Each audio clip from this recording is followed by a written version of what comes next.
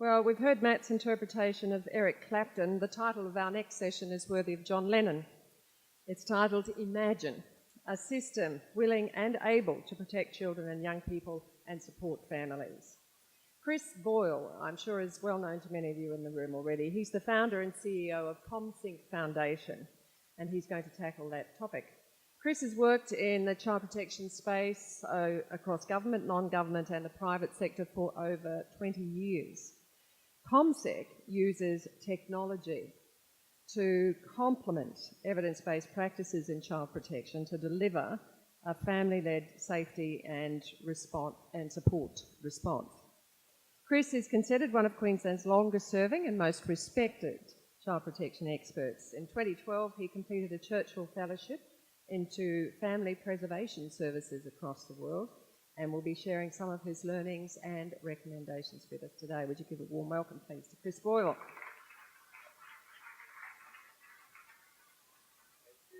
Thank you, Kay. On? People hear me okay? Fantastic. First and foremost, tough act to follow. Not only lunch, everyone's feeling a little full and perhaps a little fatigued, but Matt's performance as well. So thank you for sharing that. Excellent. I also like to acknowledge the traditional owners of the land on which we meet and pay my respects to elders past, present and emerging. Imagine a system willing and able to meet the protective needs of children and young people and support families. What would that look like? How far away are we from that? As Kay said, I'm a social worker of 20 years. I'm a second generation social worker, raised by my mum, who is my significant other. That person that we can all say, that was the person that was there to support me when I was growing up. Without her, I don't know where I would be. So happy Mother's Day to those mothers who are out here for Sunday as well. We all agree that the dynamics of harm are complex. There's nothing more challenging for us in this space as either workers or those who experience the system as a service user. The constant dilemma often that we're faced with is family abuse or systems abuse. And I look back at Scott's diagram that had all the arrows going back and forth, and we were making some comments about that at morning tea, and the only thing I've seen sometimes more complex, that is family genograms. Yeah.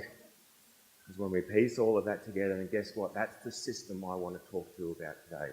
That's the system that I was interested in exploring. Because how can governments and we as service providers actually solve those complex issues that are unique to every individual and every family that we serve, as well as our own? This is what it sometimes feels like for staff. You're damned if you do and you're damned if you don't. Anyone relate to that? Yep, it's constantly the dilemma that we have. This is what it can sometimes feel like for families. And in my time of working 16 years in tertiary child protection and child safety, I represented that person at that door. Because we don't talk about safety as a zero cost. Safety is sometimes between what you're going to do to me as an unknown, I can't predict that, versus safety about a known, and to try and control that temperature, particularly when we're talking about domestic and family violence. I can predict some of those things that are going to happen, so I do my best to try and turn the temperature down. So where do we begin when we're trying to unpack this complex system? And I think the first place is always to begin by listening. I've spoken about that a lot there today, but listening is the most crucial factor that we can do when we engage young people, children, families. The biggest lesson that I've ever faced in my life is given to me by a 15-year-old boy when I worked out at Boys Town 20 years ago. It was one of the top dogs.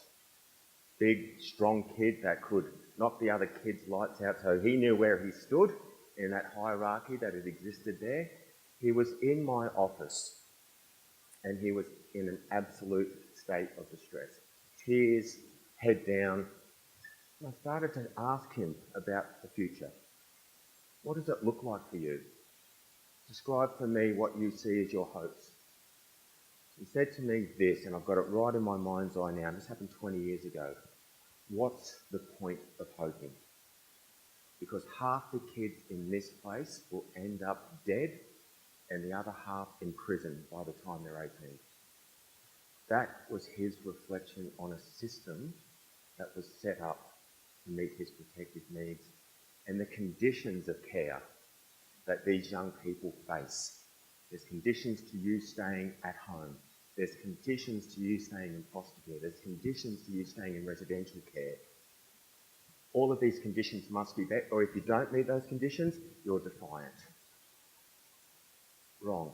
The young people that I've met want to be just like us, in control of decisions that affect your life. And when you don't feel you have that control, then I look to find it in whatever way, shape or form that I possibly can. So what did I find when I travelled around the world? So I went through the US, I went through UK, I went through Denmark, I went through Canada, and I found out that listening was really important. This is what happens to my little man Max when he was 1 if I don't listen to him.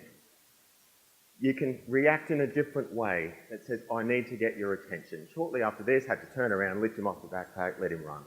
But I could only interpret what I thought he needed. He was too young to explain that to me. But sometimes finding the words are difficult. So often our job is to interpret. But that's when we can make assumptions. So wherever there's an opportunity to listen, we must. Very briefly, what did I learn? Child abuse and neglect happens in context, not in isolation. We are focusing through the lens of domestic and family violence here today. And for this month, we're paying special attention to it. But we've also got homelessness. We've also got poverty. We've also got trauma. We've also got sexual abuse. We've also got mental health, substance misuse.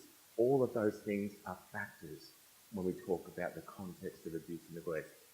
Blood is and always will be thicker than child protection services. It's a fact. Where do a lot of young people who have gone through the care system exit back to? Kin.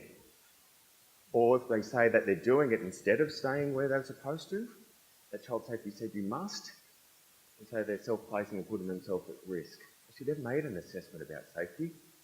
It's where they'd rather be. Doesn't have to agree with you. Youth need family.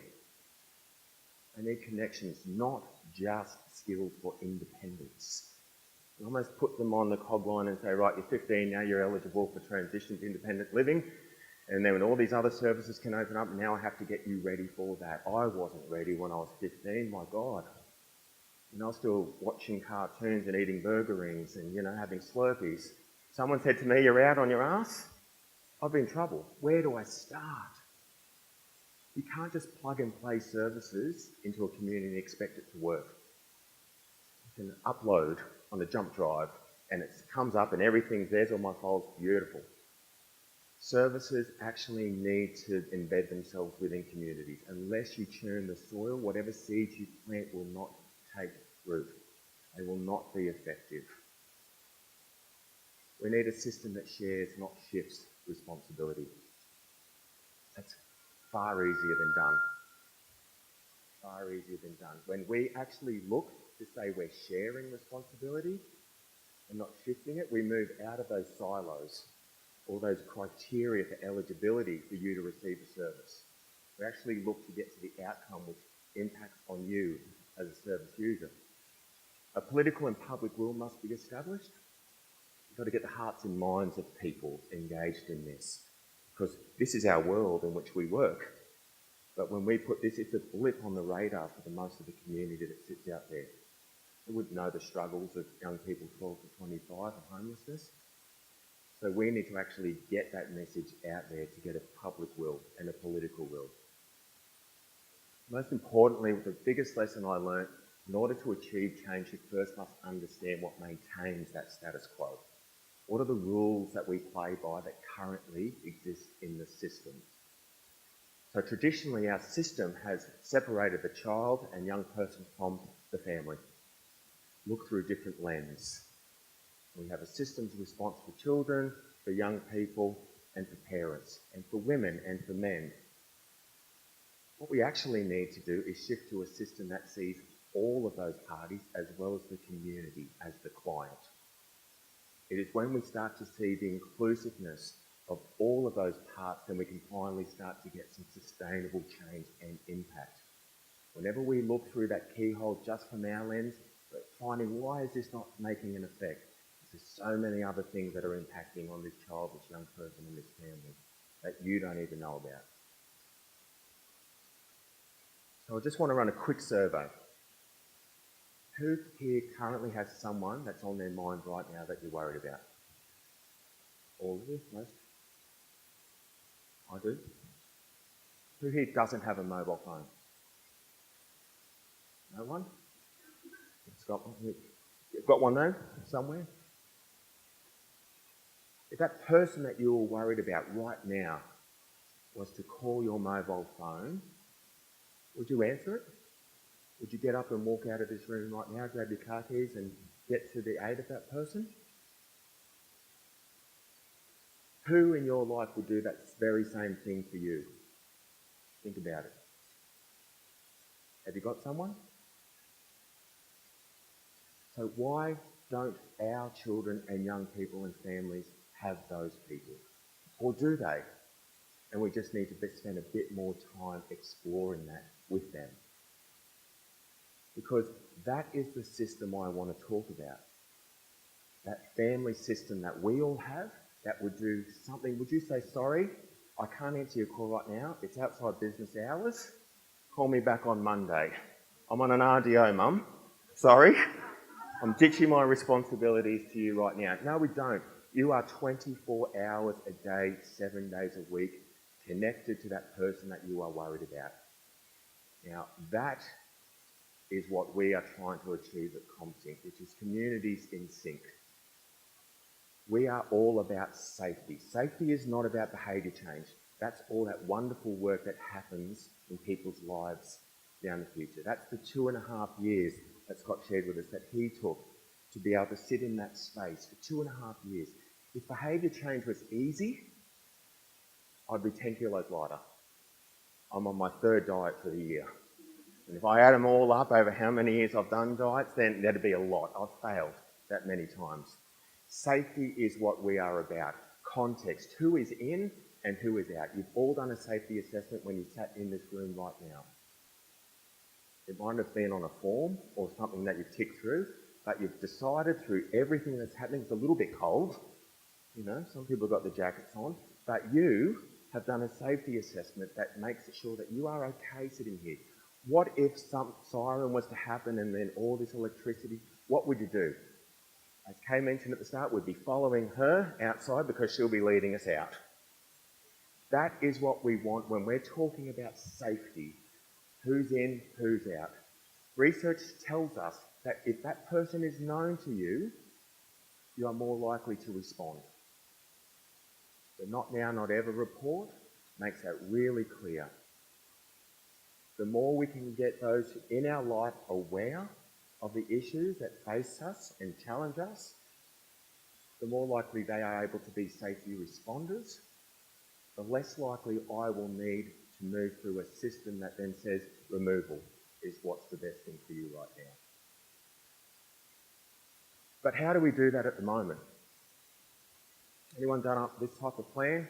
Additional safety plans, write them on a piece of paper, chuck it on a fridge door, have a little card that people can have on their wallets, either overt or covert. We ask young people, we ask vulnerable women, we ask children that when the shit hits the fan, get to a phone, call the police, say what's happening, and then wait for help. That can take a long time, a really long time. By that stage, it might be over, it might be too late. And young people may not be able to get to that phone, or it might be mum's phone who's run out of credit and she's in the door, she's locked herself away. Anxiety, we can talk about it proactively, but in the moment, who remembers the last time we felt unsafe? We talk about this, but what did it feel like? Oh, that's really loud, sorry about that. Your heart's racing, right? Are you thinking clearly? You're looking for exits? You're thinking, how do I make myself safe? Imagine being that young person faced with that constantly. Every time the headlights come in the driveway, every time the door handle turns. Imagine your heart racing at that point. So what we also want to do is come upstream a little bit and say, why wait for the shit to hit the fan? But if I call police too quickly, what are you calling us for? Nothing's happened. But who are those people that would respond to you in that emergency? People have a hand, people support what they have a hand in creating. So if I was to sit with each and every one of you for the next 10 minutes and say, who are those people that would respond to you at times of need, no one's plan will be the same. But we can all call 000, right? But then you're in the queue. There's no queue for the people that would respond to you as a safety response there. One size doesn't fit all, so why should we only give the one solution? So let me describe for you through a demonstration what I'm talking about. This watch right here has got my safety plan linked into it right now. So what it's doing, I've just hit a button on there. It is now going to recognise my plan. And sorry, this is one of those calls I have to take because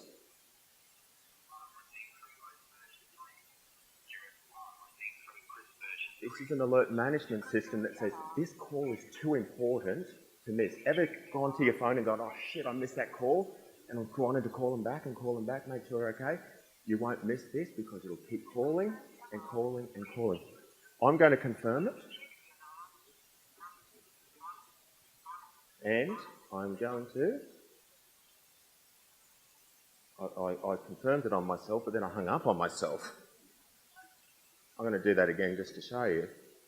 But what we actually want to do in terms of people to be able to make an informed choice, they need to be able to hear what is happening for that young person, for that adult, to make an assessment, first and foremost. Have I got this? And if you've got this, what steps will you take to keep that person safe?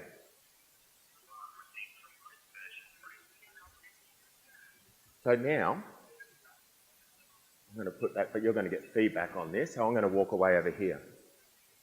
You're able to hear what's happening for me in my space in order to make an assessment. Have you got this? If you do, what are you going to do? You might interrupt this antecedent, right, and say, I need to go and knock on that door. Your plan was for me to ring up the house line or mum's mobile because I've intercepted something and I've changed the trajectory right now. That's the context change that we're about.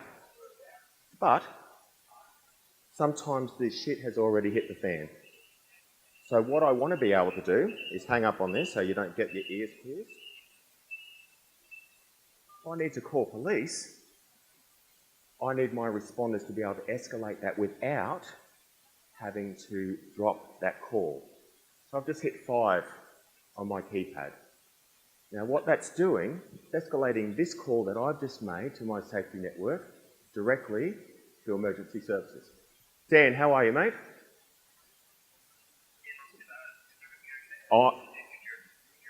Yeah, I'm fine, thanks, Dan, and appreciate you getting in contact with me. I'll hang up now because I'm almost finished up here.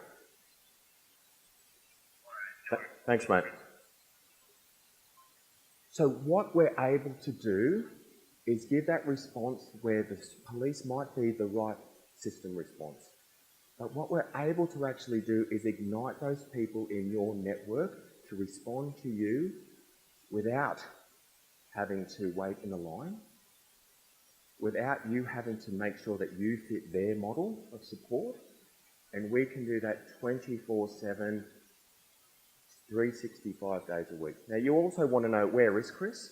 It's important. You've got the audio, which is all being recorded. And now you've got on my app and through emails and SMSs exactly where I am. You can find me and you can send the support that we've already talked about is important for me to receive when I feel unsafe.